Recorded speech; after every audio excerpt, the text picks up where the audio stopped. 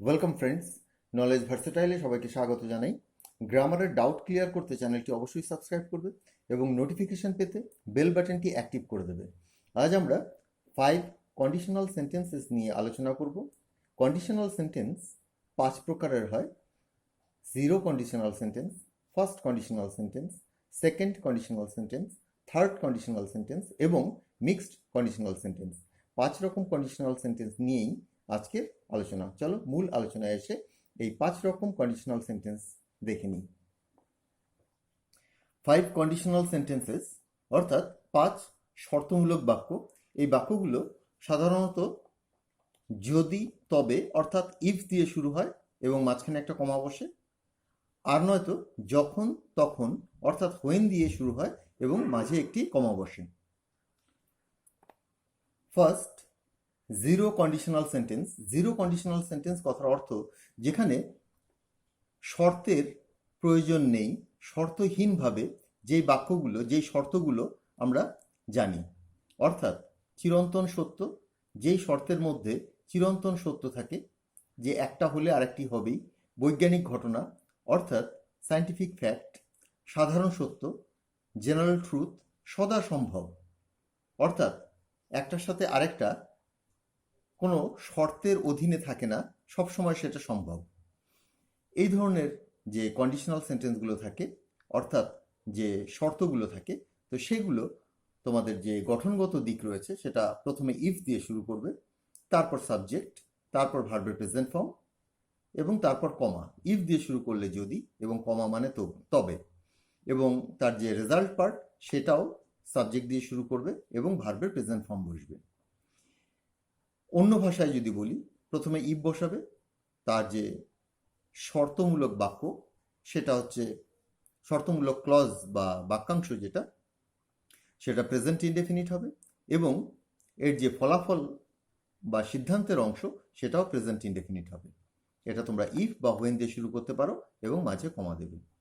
তো এখানে মনে রাখবে চিরন্তন সত্য, universal truth, scientific fact, general truth, always possible, এই ধরনের বাক্য যেগুলো সাধারণত স্টেটমেন্টের মধ্যে থাকে, তো সেই ধরনের যে শর্ত সেগুলোকে আমরা জিরো কন্ডিশনাল বলি। অর্থাৎ এখানে শর্তের প্রয়োজন ছাড়াই আমরা যে ফল সেটা সবসময় আমাদের জানাই থাকে। If it rains the ground gets wet, অর্থাৎ বৃষ্টি পড়লে মাঠ ভিজে যায়। তো এটার জন্য আর কোনো শর্তের অপেক্ষা করতে হয় না যে বৃষ্টি পড়লে মাঠ ভিজে যায়। When you heat ice it melts, যখন তুমি বরফকে গরম করো এটা গলে যায়। অর্থাৎ বরফকে গরম করলে যে এটা গলে যায়, এটা সত্য, চিরন্তন সত্য। If you sleep you don't see, তুমি যদি ঘুমাও তুমি দেখতে পাও না। তো এখানে যে শর্তগুলো তোমরা পেলে এগুলো হচ্ছে জিরো কন্ডিশনাল সেন্টেন্স, কারণ এগুলো হচ্ছে universal truth, scientific fact, general truth, always possible এর মধ্যে চলে আসছে। জিরো কন্ডিশনালে তোমরা যে ইফের পর যে ক্লজটা ব্যবহার করবে সেটা প্রেজেন্ট ইনডেফিনিট অর্থাৎ ভার্বের প্রেজেন্ট ফর্ম, এবং যে কমার পর যেই পার্টটা ব্যবহার করবে বা তবের জন্য যেই পার্টটা ব্যবহার করবে সেখানেও প্রেজেন্ট ইনডেফিনিট টেন্সই দেবে, এবং এই টেন্সের কিন্তু কোনো পরিবর্তন হয় না, সবসময় প্রেজেন্ট ইনডেফিনিট টেন্সই থাকে। এবার আসছি আমরা ফার্স্ট কন্ডিশনাল সেন্টেন্সে। ফার্স্ট কন্ডিশনাল সেন্টেন্স হলো বাস্তব নির্ভর সম্ভাবনা, অর্থাৎ এমন সম্ভাবনা যেটা বাস্তব নির্ভর, কোনো কল্পনা বা অসম্ভব কিছু নয়, অসম্ভব নয়, অবাস্তব বা কল্পনা নয়, এমন যে শর্তগুলো রয়েছে, অর্থাৎ যেই শর্তগুলোর বাস্তব রূপায়ণ সম্ভব, সেগুলোই একমাত্র ফার্স্ট কন্ডিশনাল সেন্টেন্সে রয়েছে। আমরা জিরো কন্ডিশনাল দেখেছিলাম যে শর্তগুলো সবসময় সম্ভব, সবসময়ই সত্য, মানে কোনো সময় সেগুলোকে অসত্য করা যায় না। কিন্তু এখানে একটা সম্ভাবনা রয়েছে, সত্যের সম্ভাবনা রয়েছে, কিন্তু এর জিরো কন্ডিশনালে সত্যের সম্ভাবনার ব্যাপার নেই, সেটা সত্যই। যেমন বরফকে গরম করলে বরফ গলে যায়, এটা জিরো কন্ডিশনালে আসবে, মানে সেখানে শর্তের অপেক্ষায় কিছু থাকে না। তো এখানটায় ফার্স্ট কন্ডিশনাল সেন্টেন্স যেখানে বাস্তব নির্ভর সম্ভাবনা রয়েছে, সেখানটায় তোমরা ইফের পর সাবজেক্ট, তারপর ভার্বের প্রেজেন্ট ফর্ম এবং কমা অর্থাৎ তবে, তারপর সাবজেক্ট এবং ফিউচার ইনডেফিনিট অর্থাৎ উইল দেবে এবং ভার্বের প্রেজেন্ট ফর্ম দেবে। এই কনস্ট্রাকশনটা ফলো করবে। আমি যদি অন্য ভাষায় লিখি, ইফের পর প্রেজেন্ট ইনডেফিনিট দেবে অর্থাৎ ভার্বের প্রেজেন্ট ফর্ম, এবং কমার পর ফিউচার ইনডেফিনিট দেবে অর্থাৎ উইল এবং ভার্বের প্রেজেন্ট ফর্ম। দেখো এবার এক্সাম্পলগুলো। If you study well you will pass the exam. তুমি যদি ভালো করে পড়াশোনা করো তবে তুমি পরীক্ষায় পাশ করবে। তো এটা সবসময় সম্ভব, ভালো করে পড়াশোনা করলে তুমি পাশ করবে, এর প্রবল সম্ভাবনা রয়েছে। এখানে সম্ভাবনা কথাটা কিন্তু আছে, তুমি ভালো করে পড়াশোনা করলে পাশ নাও করতে পারো, তার সম্ভাবনাও রয়েছে, কিন্তু এখানে যেটা বলা হয়েছে সেটা সবসময়ই সম্ভব। সম্ভব হলেও মানে জিরো কন্ডিশনালের মতন সম্ভব নয় যে হবেই এটা, কিন্তু সম্ভাবনাটা বাস্তব নির্ভর। If you come I will help you. তুমি যদি আসো আমি তোমাকে সাহায্য করব, অর্থাৎ তুমি আসলে আমি সাহায্য করব, এর প্রবল সম্ভাবনা রয়েছে এবং এটা বক্তব্যেই পরিষ্কার। আর আরেকটা জিনিস মনে রাখবে, এটা কিন্তু দুটোকেই ফিউচারে তোমরা কোনো সময় করবে না।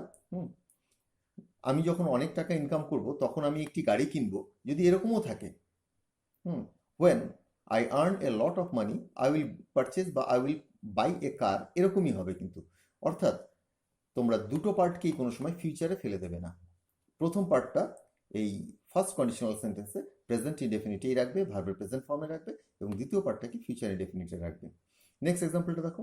ইফ আই ফিল থার্স্টি, যদি আমি পিপাসা অনুভব করি আই উইল ড্রিঙ্ক ওয়াটার, আমি জলপান করব। অর্থাৎ আমি জলপান করব যদি আমি পিপাসিত হই বা পিপাসা অনুভব করি। তো এটা সবসময় সম্ভব, কিন্তু এমনও হতে পারে যে আমার পিপাসা লেগেছে তবুও আমি জল খাচ্ছি না, সেটাও রয়েছে। অর্থাৎ এখানে বাস্তব নির্ভর সম্ভাবনা, মানে এটা অসম্ভব নয়, মানে এর সম্ভাবনা রয়েছে। তোমরা পার্থক্যটা বুঝবে জিরোর সাথে এর যে পার্থক্য যেটা, জিরোটা হবেই, জিরো কন্ডিশনালটা হবেই, কিন্তু এখানে একটা না হওয়ারও সম্ভাবনা রয়েছে, ক্ষীণ সম্ভাবনা রয়েছে, আর এটা কিন্তু বাস্তব নির্ভর, এটা মনে রাখবে। এবার আসছি সেকেন্ড কন্ডিশনালে। সেকেন্ড কন্ডিশনাল সেন্টেন্স যেটা রয়েছে সেটা বর্তমান অবাস্তব বা কাল্পনিক শর্ত। তো প্রথমেই বুঝতে পারছো যে এটা সম্পূর্ণ অবাস্তব এবং বা কাল্পনিক, আর শর্ত তো বুঝতেই পারছো, আর তার সাথে জুড়ে রয়েছে বর্তমান। অর্থাৎ সেকেন্ড কন্ডিশনালে যে অবাস্তব বা কাল্পনিক যে শর্তটা থাকে সেটা হচ্ছে বর্তমানের। যেমন আমি যদি রাজা হই আমি তোমাকে সাহায্য করতাম, আমি যদি রাজা হতাম আমি তোমাকে সাহায্য করতাম। সে যদি এখানে থাকতো সে আমার সাথে কথা বলতো। তো অর্থাৎ সে এখানে নেই, সে আমার সাথে কথাও বলছে না, আমি রাজাও নই, আমি তোমাকে সাহায্যও করছি না, সম্পূর্ণ কাল্পনিক। তো এই ধরনের যে বাক্যগুলো রয়েছে এটা হচ্ছে সেকেন্ড কন্ডিশনালে আসে। তো এখানে যেই জিনিসটা মনে রাখবে, একটা হচ্ছে বর্তমান অনুমান, কিন্তু অবাস্তব এবং কাল্পনিক, অবাস্তব এবং না, অবাস্তব বা কাল্পনিক। তো এখানে যে কন্ডিশনটা তোমরা, কনস্ট্রাকশনটা তোমরা ফলো করবে সেটা হচ্ছে ইফ, তারপর সাবজেক্ট, তারপর ভার্বের সেকেন্ড ফর্ম। আর যদি স্টেট অফ বিং বোঝায়, কিছু হওয়া বোঝায়, যেমন আমি যদি রাজা হতাম, আমি যদি খেলোয়াড় হতাম, আমি যদি মোটা হতাম, আমি যদি রোগা হতাম, আমি যদি বড়লোক হতাম, তো হওয়া বোঝালে আমি তুমি সে যেই হোক না কেন ওয়ারের ব্যবহার করব। আর আমাদের অধিকারে স্টেট অফ পজিশন যদি বোঝায়, আমার যদি একটি গাড়ি থাকতো, তার যদি একটি বাড়ি থাকতো, সেই অর্থে কিন্তু আমরা হ্যাডের ব্যবহার করব। অর্থাৎ তখন এই ভি2 অর্থে আমরা ওয়ার বা হ্যাডের ব্যবহার করব state of being, state of পজিশনের জন্য। এবং পরবর্তী পার্ট যেটা থাকবে অবাস্তব বর্তমান কল্পনার জন্য তোমরা উডের ব্যবহার করবে সাবজেক্টের পর, এবং ভার্বের প্রেজেন্ট ফর্ম। দেখো, if I were a king I would help you, আমি যদি রাজা হতাম আমি তোমাকে সাহায্য করতাম। অর্থাৎ এটা হচ্ছে বর্তমান শর্ত, বর্তমান কাল্পনিক শর্ত। এই মুহূর্তে আমি যদি রাজা হতাম আমি তোমাকে সাহায্য করতাম। অতীত সম্পর্কে কিন্তু কিছু বলছে না। এটাকে অনেকে ফিউচারও বলে, কিন্তু ফিউচারের দিকে না নেওয়াই ভালো। এটাকে বর্তমান বা বর্তমান কাল্পনিক শর্ত হিসাবে রাখলেই ঠিক আছে। আচ্ছা, ইফ আই হ্যাড এ কার, এবার দেখো এটা ছিল if I were a king, state of being. If I had a car, state of position, আমার অধিকারে যদি একটি গাড়ি থাকতো, যদি আমার একটি গাড়ি থাকতো, I would drive the car now, আমি এখন গাড়িটি চালাতাম। এখানে উড এবং ভার্বের প্রেজেন্ট ফর্ম, এখানে ভার্বের সেকেন্ড ফর্ম। তো আমার যদি একটি গাড়ি থাকতো, এখানে হ্যাডটা কিন্তু হ্যাভ, হ্যাড, হ্যাড, তো হ্যাভের সেকেন্ড ফর্ম হচ্ছে হ্যাড, সেই অর্থে এখানে পজিশনের জন্য হ্যাড বসলো। If I had a car I would drive the car now, আমার যদি একটি গাড়ি থাকতো আমি এখন গাড়িটি চালাতাম। আরেকটা এক্সাম্পল দেখো, ইফ শি কেম হিয়ার, সে যদি এখানে আসতো, I would talk to her, আমি তার সাথে কথা বলতাম। অর্থাৎ এগুলো সবই বর্তমান কল্পনা, বর্তমান অবাস্তব কল্পনা। তো সে যদি এখানে আসতো আমি তার সাথে কথা বলতাম, তো সে আসেও নি, সে আমি কথাও বলছি না বা বলি না। কিন্তু এর আগে তোমরা যে ফার্স্ট কন্ডিশনাল দেখেছো, সেখানে যে সে যদি আসে আমি তাকে সাহায্য করব, সে যদি এখানে আসে আমি তাকে আমি তার সাথে কথা বলবো। আর এখানে কিন্তু সেটা নয়, সে যদি আসতো তবে আমি তার সাথে কথা বলতাম, এরকম ব্যাপার। তো এখানটায় যেটা রয়েছে সেটা মনে রাখবে, ভার্বের পাস্ট ফর্ম বসবে তোমাদের ইফ ক্লজের সাথে, এবং যে রেজাল্ট পার্ট রয়েছে সেখানে উডের সাথে ভার্বের প্রেজেন্ট ফর্ম বসবে। তো এখানটায় এই কনস্ট্রাকশনটা যখনই দেখবে তখনই বুঝে যাবে যে এটা বর্তমান কল্পনা বা কাল্পনিক শর্তকে নির্দেশ করছে। যদিও এখানে ভার্বের প্রেজেন্ট ফর্ম, তবুও কিন্তু এটা বর্তমানকেই নির্দেশ করছে, সেটা মনে রাখবে। যে এখানে পাস্ট ফর্ম দেখে তোমরা অতীত এমন কিছু ভেবো না। আচ্ছা, if I were a player, যদি আমি একজন খেলোয়াড় হতাম, I would be playing now. এই পার্টটাকে তোমরা একটু এখানের সাথে মেলাতে পারবে না। যদি আমি একজন খেলোয়াড় হতাম, এখানেও স্টেট অফ বিং এর ব্যবহার হচ্ছে। হ্যাঁ, I would be playing now, আমি এখন খেলতে থাকতাম। এটা হচ্ছে কাল্পনিক কন্টিনিউয়াস, অর্থাৎ সেকেন্ড কন্ডিশনাল কন্টিনিউয়াস ফর্মে রয়েছে এখানে। যদি আমি একজন খেলোয়াড় হতাম তবে আমি খেলতে থাকতাম, তো সেক্ষেত্রে উড বির সাথে ভার্বের শেষে আইএনজি যোগ করবে, উড বি বসাবে এবং ভার্বের শেষে আইএনজি যোগ করবে। ইফ আই ওয়ার ইউ, আমি যদি তুমি হতাম, দেখো সম্পূর্ণ কাল্পনিক, এর সাথে বাস্তবের কোনো মিল নেই। আই উড কুইট স্মোকিং, আমি ধূমপান ছেড়ে দিতাম। আমি যদি তুমি হতাম তবে আমি ধূমপান ছেড়ে দিতাম। এগুলো সম্পূর্ণটাই বর্তমান কল্পনা। বর্তমান কল্পনায় এই অর্থগুলো প্রকাশ করে, এবং এর গঠন হচ্ছে তোমার সাবজেক্টের পর ভার্বের সেকেন্ড ফর্ম, পাস্ট ফর্ম, আর স্টেট অফ বিং এর জন্য ওয়্যার, স্টেট অফ পজিশনের জন্য হ্যাড, এবং যে রেজাল্ট পার্ট সেখানে উড এবং ভার্বের প্রেজেন্ট ফর্ম। চলো এবার থার্ড কন্ডিশনালে আসি। থার্ড কন্ডিশনাল সেন্টেন্সে অতীত অবাস্তব কাল্পনিক শর্ত, অবাস্তব বা কাল্পনিক শর্ত। এর আগে আমরা সেকেন্ড কন্ডিশনাল যেটা পেয়েছিলাম সেটা হচ্ছে শুধুমাত্র এখানটা বর্তমান লেখা ছিল, অবাস্তব কাল্পনিক শর্ত একই, কিন্তু সেটা ছিল বর্তমান। এবার আমরা অতীতে চলে এসেছি। এক্ষেত্রে যে কনস্ট্রাকশনটা আমরা ফলো করব সেটা হচ্ছে ইফ, তারপর সাবজেক্ট, তারপর হ্যাডের ব্যবহার করবো। হ্যাডের ব্যবহারটা সবসময় হবে যখনই দেখবে যে থার্ড কন্ডিশনাল সেন্টেন্সে তোমাকে নিতে হবে অতীতের অবাস্তব কল্পনা তোমার বলতে হবে, তখন হ্যাড তোমাকে বসাতেই হবে, এবং তারপর ভার্বের থার্ড ফর্ম, এবং স্টেট অফ বিং অর্থে বিন বসাবে, স্টেট অফ বিং হওয়া অর্থে, এবং স্টেট অফ পজিশনের জন্য হ্যাড বসবে। অর্থাৎ এই হ্যাডটা কিন্তু থাকবেই, তারপর বিন, তারপর হ্যাড, মানে স্টেট অফ পজিশনের জন্য তোমার দুবার হ্যাড বসাতে হবে। অর্থাৎ এই কনস্ট্রাকশনটা মনে রাখবে যে ইফ, সাবজেক্ট, তারপর হ্যাড, তারপর ভার্বের থার্ড ফর্ম, এবং বির থার্ড ফর্ম বিন, এবং হ্যাভের থার্ড ফর্ম হ্যাড, তারপর কমা, তারপর হচ্ছে রেজাল্ট পার্টের সাবজেক্ট, তারপর উড হ্যাভটা অবশ্যই বসবে, এবং ভার্বের থার্ড ফর্ম, প্রয়োজনে অন্যান্য অংশ বসাবে। এই কনস্ট্রাকশনটা মনে রাখবে। এটা হচ্ছে তোমাদের থার্ড কন্ডিশনাল সেন্টেন্স, অতীত অবাস্তব কল্পনা, কাল্পনিক শর্ত। If I had been here, যদি আমি এখানে থাকতাম, এই যে বিন হওয়া অর্থে, যদি আমি এখানে হতাম, আমি এখানে থাকতাম, I would have helped you, আমি তোমাকে সাহায্য করতাম। একটা জিনিস মনে রাখবে, সেকেন্ড কন্ডিশনাল সেন্টেন্স আর থার্ড কন্ডিশনাল সেন্টেন্সের মধ্যে একটা সামান্য পার্থক্য রয়েছে। দুটোই কাল্পনিক এবং অবাস্তব হলেও এই থার্ড কন্ডিশনালের মধ্যে সামান্য একটু বাস্তবতার বা বাস্তব টাচ রয়েছে, স্পর্শ রয়েছে। যেমন ধরো বর্তমান কল্পনায় সম্পূর্ণটাই অবাস্তব, তুমি যদি এখানে থাকতে আমি তোমাকে বলতাম, অর্থাৎ তুমি এখানে নেই বলতাম না। কিন্তু এটা অতীতে, আমি যদি বাজারে যেতাম তবে আমি অনেক কিছু কিনতাম, অর্থাৎ বাজারে যাওয়ার একটা সম্ভাবনা ছিল কিন্তু আমি যাইনি। If I had been here, যদি আমি এখানে থাকতাম, I would have helped you, আমি তোমাকে সাহায্য করতাম। এটা কিন্তু তোমার এই কনস্ট্রাকশনটাতে কোথাও আমি ইয়েস্টারডে, দেন, লাস্ট ইয়ার, লাস্ট উইক কিচ্ছু বলিনি। কিন্তু তোমরা যখনই হ্যাডবিনের ব্যবহার দেখবে এবং উড হ্যাভের ব্যবহার দেখবে তখনই বুঝে যাবে যে এটা পাস্ট ইমাজিনারি কন্ডিশন বোঝাচ্ছে, এটা পাস্ট ইমাজিনেশন, অবাস্তব কাল্পনিক শর্ত কিন্তু অতীত। তারপরটা দেখো, if I had had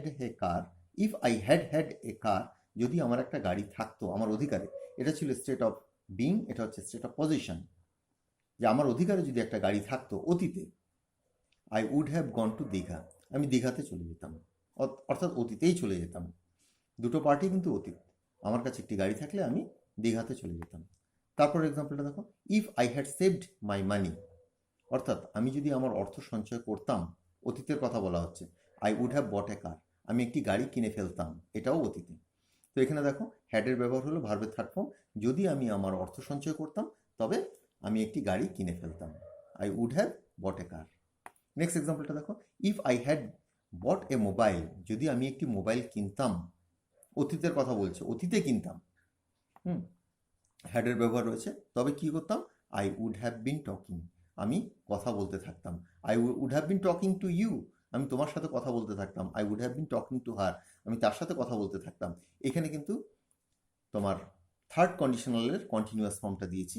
third conditional কন্টিনিউয়াসের সাথে উড হ্যাভের সাথে বিন এবং ভার্বের শেষে আইএনজি, এবং সেকেন্ড কন্ডিশনালের কন্টিনিউয়াসে উডের সাথে বি এবং ভার্বের শেষে আইএনজি, তোমরা ইতিমধ্যেই দেখেছো। তো এবার চলে আসছি আমরা মিক্সড কন্ডিশনাল সেন্টেন্সে। মিক্সড কন্ডিশনাল সেন্টেন্স কথার অর্থ হচ্ছে সেকেন্ড কন্ডিশন এবং থার্ড কন্ডিশনকে মিলিয়ে প্রয়োজন অনুযায়ী, বাক্যের বা শর্তের প্রয়োজন অনুযায়ী যখন ব্যবহার করা হয়, তখন যেহেতু দুটো কন্ডিশনাল সেন্টেন্স থেকে দুটো পার্ট জুড়ে দিয়ে এই বাক্যগুলো বা এই শর্তগুলো তৈরি করা হয়, তাই এগুলোকে মিক্সড কন্ডিশনাল বলে। অর্থাৎ এখানে দুটো কন্ডিশনাল সেন্টেন্সের পার্ট থাকে। তো এখানে মিক্সড কন্ডিশনাল সেন্টেন্সকে আবার দুভাগে ভাগ করা যায়। আমরা প্রথম ভাগটা দেখছি। প্রথম ভাগে হচ্ছে ইফ, তারপর সেকেন্ড কন্ডিশনাল সেন্টেন্স। আমরা সেকেন্ড কন্ডিশনাল সেন্টেন্সে দেখেছি যে ভার্বের সেকেন্ড ফর্ম বসে এবং তারপর উড এবং ভার্বের প্রেজেন্ট ফর্ম বসে, অর্থাৎ সেকেন্ড কন্ডিশনালের সাথে তোমার থার্ড কন্ডিশনাল ব্যবহার হবে। অর্থাৎ ইফের পর সেকেন্ড কন্ডিশনালের ফার্স্ট পার্ট এবং কমার পর থার্ড কন্ডিশনালের সেকেন্ড পার্ট। এটা আরেকবার বলে দিচ্ছি, ইফের পর যে এখানে সেকেন্ড কন্ডিশনাল লিখেছি, সেকেন্ড কন্ডিশনালের তো দুটো পার্ট থাকে, তো দুটো পার্টের যে প্রথম পার্ট সেটা, এবং কমার পর থার্ড কন্ডিশনাল এখানে লিখেছি, থার্ড কন্ডিশনালের যে দ্বিতীয় পার্ট থাকে সেটা এখানে বসবে। তো এবার একটু এর গঠনটা আরেকবার বলে দিই, ইফ তারপর সাবজেক্ট তারপর ভার্বের সেকেন্ড ফর্ম, এটা হচ্ছে সেকেন্ড কন্ডিশনাল, এই পার্টটুকু ভার্বের সেকেন্ড ফর্ম, এবং তারপর এই পার্ট যেটা রয়েছে তোমরা জানো থার্ড কন্ডিশনালের যে সেকেন্ড পার্ট থাকে, তো সেখানে আমরা সাবজেক্ট তারপর উড হ্যাভের ব্যবহার করি এবং ভার্বের থার্ড ফর্মের ব্যবহার করি। এটা কিন্তু বাক্যের যে অর্থ, সেই অর্থ প্রকাশ করার জন্য, যেই শর্ত প্রকাশ করার জন্য যদি সেকেন্ড কন্ডিশনাল এবং থার্ড কন্ডিশনালের প্রয়োজন পড়ে, তবেই আমরা এই মিক্সড কন্ডিশনাল সেন্টেন্সের ব্যবহার করি। যেমন দেখো, if I were a doctor, যদি আমি একজন ডাক্তার হতাম, আই উড হ্যাভ ট্রিটেড হিম, আমি তাকে চিকিৎসা করতাম। এখন তুমি ভাবতে পারো যে এই সেকেন্ড কন্ডিশনাল যেটা বর্তমান কল্পনাকে নির্দেশ করে, সেটার সাথে সেটার ফলাফল অতীতে কি করে যেতে পারে। অর্থাৎ আমি যদি একজন ডাক্তার হতাম, বাস্তবে আমি কিন্তু ডাক্তার শুধুমাত্র এখন নই, অতীতেও ডাক্তারই ছিলাম, অতীতেও ডাক্তার ছিলাম, এখনও ডাক্তার। এই বি ভার্বের এই ব্যবহারগুলো একমাত্র তোমার সেকেন্ড কন্ডিশনালের যে মিক্সড কন্ডিশনাল সেটাতে ব্যবহার হয়। অর্থাৎ মিক্সড কন্ডিশনালের যে আমরা সেকেন্ড কন্ডিশনাল ব্যবহার করি, সেখানে শুধুমাত্র স্টেট অফ বিংয়েরই ব্যবহার হয়। অর্থাৎ if I were a doctor, যদি আমি একজন ডাক্তার হতাম, অর্থাৎ আমি ডাক্তার নই, অতীতেও ডাক্তার ছিলাম না, এখনও ডাক্তার নই। If I were a doctor, যদি আমি ডাক্তার হতাম, তার মানে কি আমি অতীতেও ডাক্তার ছিলাম না, আমি তার চিকিৎসা করতাম। এইবার অতীতে আমি তখন তার চিকিৎসা করতাম। তো আরেকটা এক্সাম্পল দেখো, if he were not a heart patient, যদি সে হৃদয় রোগী না হতো, তার যদি হার্টের প্রবলেম না থাকতো, হি উড হ্যাভ প্লেড, সে খেলতো। তো এখানটা দেখো, সে হার্ট পেশেন্ট, তার হার্টের প্রবলেম রয়েছে, সে অতীতেও রয়েছে, এখনও রয়েছে, বা অতীতে ছিল, এখনও তার হার্টের সমস্যা রয়েছে। যেহেতু এখনও তার সেই সমস্যাটা রয়েছে, সেই জন্য কিন্তু এখানে সেকেন্ড কন্ডিশনালের ব্যবহার হলো, হ্যাড বিনের ব্যবহার হলো না। If he were not a heart patient, যদি সে হার্টের রুগী না হতো, তবে সে খেলতো, অর্থাৎ এই পার্টটা অতীতে সে খেলতো। তো অতীতে সে হার্ট পেশেন্ট ছিল, এই মুহূর্তেও সে হার্ট পেশেন্ট আছে। তো যেহেতু সে এখনও হার্ট পেশেন্ট আছে, তাই এখানে সেকেন্ড কন্ডিশনালের ব্যবহার হলো। এরপর আসছি আমরা দ্বিতীয় মিক্সড কন্ডিশনালে। এখানে হচ্ছে প্রথমে ইফ, তারপর তোমাদের থার্ড কন্ডিশনাল। এখানে ছিল প্রথমে সেকেন্ড কন্ডিশনাল, এখানে হচ্ছে প্রথমে থার্ড কন্ডিশনাল। এখানে কিন্তু থার্ড কন্ডিশনালের যে দুটো পার্ট, তার প্রথম পার্টটা বসবে, এবং কমার পর সেকেন্ড কন্ডিশনাল, এবং সেকেন্ড কন্ডিশনালের যে দ্বিতীয় পার্ট সেটা এখানে বসবে। এর কনস্ট্রাকশনটা আরেকভাবে দেখে নাও। প্রথমে ইফ, তারপর সাবজেক্ট, থার্ড কন্ডিশনাল যে ফার্স্ট পার্ট সেখানে আমরা হ্যাডেড ব্যবহার করি, ভার্বের থার্ড ফর্ম ব্যবহার করি, এবং কমার পর আমাদের সেকেন্ড কন্ডিশনালের দ্বিতীয় পার্ট, সেকেন্ড কন্ডিশনালের দ্বিতীয় পার্টে আমরা সাবজেক্ট এবং উড এবং ভার্বের প্রেজেন্ট ফর্ম ব্যবহার করি। এবার দেখো, কথার অর্থ হচ্ছে অতীতে কিছু করতাম তার ফলাফল আমি যদি এখন পাই, তো তবে আমরা এই মিক্স কন্ডিশনালটা ব্যবহার করি। If I had studied well, যদি আমি ভালো করে পড়াশোনা করতাম, এটা অতীতের কথা বলছি, আই উড অ্যান্সার নাও, আমি এখন উত্তরগুলো দিতে পারতাম। অর্থাৎ আমি যদি ভালো করে পড়াশোনা করতাম, এখানে ইয়েস্টারও লাগাতে পারি আমি যদি গতকাল ভালো করে পড়াশোনা করতাম তবে আমি এখন উত্তরগুলো দিতে পারতাম। তো এখানে অতীতের সাথে বর্তমান কল্পনা জুড়ে গেছে, তো সেই জন্য এই মিক্স কন্ডিশনালটার ব্যবহার হলো। আরেকটা এক্সাম্পল দেখো, if I had bot the TV yesterday, যদি আমি গতকাল টিভিটা কিনে ফেলতাম। এবার দেখো এই জায়গাটা সেকেন্ড কন্ডিশনাল, অর্থাৎ বর্তমানের কথা, I would watch TV now, আমি এখন টিভি দেখতাম। অর্থাৎ অতীতে যদি আমি কিনতাম, বর্তমানে আমি দেখতাম। অর্থাৎ এই থার্ড কন্ডিশনাল এবং সেকেন্ড কন্ডিশনাল, অতীত কল্পনা, বর্তমান কল্পনা। তো এগুলোকে একটু রিপিটেডলি দেখবে। আমি 5 রকম যে কন্ডিশনাল সেন্টেন্স সবগুলোই অল্প অল্প করে আলোচনা করে দিলাম। তোমরা রিপিটেডলি দেখলে সবগুলো একসাথে মনে এসে যাবে। আর আমার প্রত্যেকটা কন্ডিশনালের উপরে সেপারেট ভিডিও রয়েছে, সেগুলোকে দেখলে ডিটেলে জেনে যাবে। তো আজকের আলোচনাটা এখানে শেষ করছি। আমার পূর্ববর্তী ভিডিওর কিছু লিঙ্ক তোমরা নিচে ডিসক্রিপশনে পেয়ে যাবে, এবং সবার শেষের দিকে লেটেস্ট ভিডিওর লিঙ্কগুলো রয়েছে, সেখান থেকে দেখে নিও। সকলে ভালো থেকো, পরবর্তী আলোচনায় আবার যোগ দেবো। বাই।